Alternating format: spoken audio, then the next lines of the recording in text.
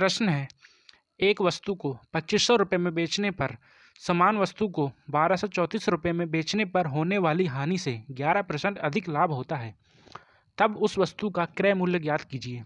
ये आपके ऑप्शंस। अब इस प्रश्न को कैसे हल करेंगे, आइए समझते हैं। हमें प्रश्न में क्या कहा है, कोई वस्तु है, ठीक है, उसको जब 2500 रुपये में बेचता है तो उसे क्या लाभ होता है, और 1234 रुपये में बेचता है तो उसे क्या होती है, हानि होती है। ठीक है, लाभ कब होगा, जब उसका सेलिंग प्राइस बड़ा होगा। ठीक है, जब इसमें बेचा है उसका मतलब क्या हुआ, ये सेलिंग प्राइस है कितना, 2500, अभी लाभ हो रहा है। ठीक है, तो लाभ कैसे निकालेंगे, जब सेलिंग प्राइस में से कॉस्ट प्राइस मतलब विक्रय मूल्य में से क्रय मूल्य को माइनस करेंगे तो हमारा लाभ आ जाएगा। ठीक है, अभी दूसरी कंडीशन में क्या होती है, हमें हानि होती है। जब हम 1234 में उस वस्तु को बेच रहे हैं तो हमारे पास क्या हो रही है, हानि हो रही है। इसका मतलब क्या हुआ कि जो हमारा कॉस्ट प्राइस है वो कहीं ना कहीं बढ़ा रहा होगा, इसीलिए तो हमें हानि हो रही है। तो हम कैसे निकालेंगे हानि, वस्तु का क्रय मूल्य माइनस में वस्तु का विक्रय मूल्य, कितनी हुई, हानि हुई। अभी हम इन दोनों के बीच में एक रिलेशन दे रखा है, क्या, प्रश्न कहता है कि होने वाला जो लाभ है, ठीक है, वो क्या है, हानि से 11% अधिक है।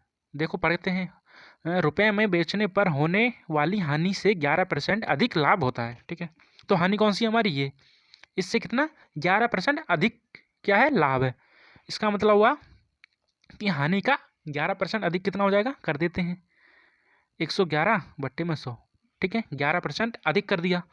अब क्या करेंगे, अब इसको करेंगे सॉल्व और निकालेंगे हम अपना सीपी मतलब क्रय मूल्य का मान। ठीक है, अभी ये डिवाइड में है। ठीक है, क्या करने हैं हम, क्रॉस मल्टीप्लाई, ये डिवाइड में है, वहाँ जाएगा किस में हो जाएगा, मल्टीप्लाई में हो जाएगा।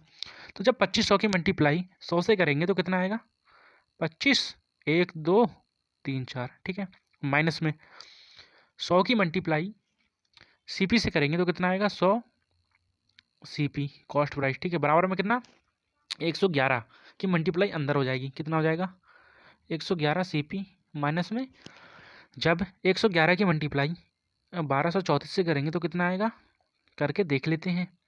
4 3 2 1, 4 3 2 1, 4 3 2 1, कितना आएगा, यहाँ से आ जाएगा 4 4 5 6 7, 4 3 7, 8 और 1 9, 3 2 5 और 1 6, 2 और 1 3, 1 का 1। ठीक है, कितना आएगा, 13 6 9 7 4। ठीक है, अब इसको यहाँ से हटा देते हैं, वैल्यू हमारे पास आ चुकी है। अब ये यहाँ पर किसका है, माइनस का, उस साइड जाएगा तो किसका हो जाएगा, प्लस का। मतलब 2,50,000 में 1,36,974 प्लस हो जाएगा, तो प्लस कर लेते हैं। 9 7 4 कितना आ जाएगा, 4 7 9 6 5 6 7 8, 2 और 1 3। ठीक है, बराबर में कितना आएगा, ये 100 सीपी है, माइनस में उस साइड जाएगा तो किसमें, प्लस में हो जाएगा, मतलब 111 में जुड़ जाएगा, तो यहाँ कितना आ जाएगा, 211 सीपी। अब क्या होगा, अब ये इससे कैंसिल हो जाएगा। ठीक है, अब हमें नहीं पता है कितने बार में कैंसिल होगा, तो हम इसको भागा दे लेते हैं, भागा देखते हैं कितना आएगा। वैल्यू क्या है हमारे पास, 386,974। डिवाइड किससे करना है, हमें भागा देना है 211 से। ठीक है, ये कितने बार में जाएगा, ये पहले जाएगा 1 टाइम में। ठीक है, यहाँ लिख लेता हूँ, 2 1 1, नीचे कितना बचेगा, 6 में से 1 गए 5, 8 में से 1 गया 7। ठीक है, 3 में से 2 गया 1, अभी क्या, यहाँ 9 आ जाएगा। अब कितने बार में जाएगा, 8 बार में। ठीक है, 8 कम 8, 8 कम 8, 8 दूनी 16, कितना बचेगा, यहाँ से बचा 1, 15 में से 8 गया कितना, 8 9 10 11 12 13 14 15, कितना बचा, 7। ठीक है, यहाँ से उतरेगा हमारा 7। अब कितने बार में जाएगा, ये जाएगा 2 3 6, 3 टाइम में। कितना आ जाएगा, 3 एकम 3, 3 एकम 3, 3 दूनी 6, 6 3 3। ठीक है, माइनस करेंगे कितना आएगा हमारे पास, 717 में से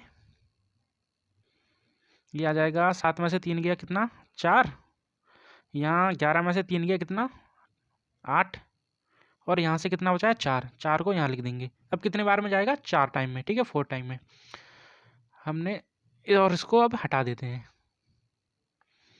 तो हमारे पास सी पी का मान कितना आया है, सी पी का जो मान आया है वो आया है 1834। कैसे आया, 211 से हमने डिवाइड किया किसको, 3,86,974 को।